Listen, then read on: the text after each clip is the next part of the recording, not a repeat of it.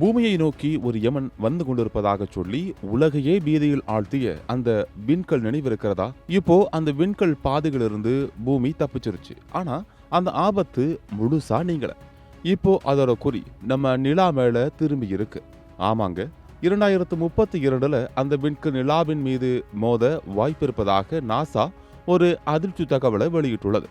2024 கண்டுபிடிக்கப்பட்ட இந்த விண்கலின் பெயர் 2024 YR4. ஆரம்பத்தில் இது 2032 பூமி மீது மோத சில விழுக்காடு வாய்ப்பு இருப்பதாக கணிக்கப்பட்டது. ஆனா ஜேம்ஸ் வெப் தொலைநோக்கி போன்ற சக்தி வாய்ந்த கருவிகள் மூலம் தொடர்ந்து கண்காணித்ததுல பூமிக்கு எந்த ஆபத்தும் இல்லை என்பது உறுதியாகிவிட்டது. ஆனா விஞ்ஞானிகள் இப்போ என்ன சொல்றாங்க அப்படின்னா, இந்த விண்கல் நிலா மீது மோதுவதற்கு சுமார் 4 விழுக்காடு வாய்ப்பு இருப்பதாக கூறுகின்றனர். 100க்கு 4 விழுக்காடு என்பது ரொம்ப குறைவுதான். ஆனா விஞ்ஞானிகள் இன்னும் ஒரு விஷயத்தையும் சொல்றாங்க. இந்த 4 விழுக்காடு 0 ஆகலாம், அல்லது இன்னும் சில ஆய்வுகளுக்கு பிறகு இது 30 விழுக்காடாக உயரவும் ஒரு சின்ன வாய்ப்பு இருக்கு. இதனால உலகெங்கிலும் இருக்கக்கூடிய விண்வெளி ஆய்வு மையங்கள் இந்த விண்கல்ல ஒரு கண்ணுல எண்ணெய் விட்டு கொண்டு கண்காணித்து வருகின்றன. இந்த விண்கல்லின் உண்மையான பாதை என்ன என்பது 2026 தொடக்கத்தில் ஜேம்ஸ் வெப் தொலைநோக்கி மூலம் பார்க்கும்போது இன்னும் துல்லியமாக தெரிந்துவிடும். சரி, ஒருவேளை இந்த விண்கல் நிலா மீது மோதினால் என்ன ஆகும்? இது ஒரு சின்ன கல் இல்ல, கிட்டத்தட்ட ஒரு 20 மாடி கட்டிடம் அளவுக்கு பெருசு.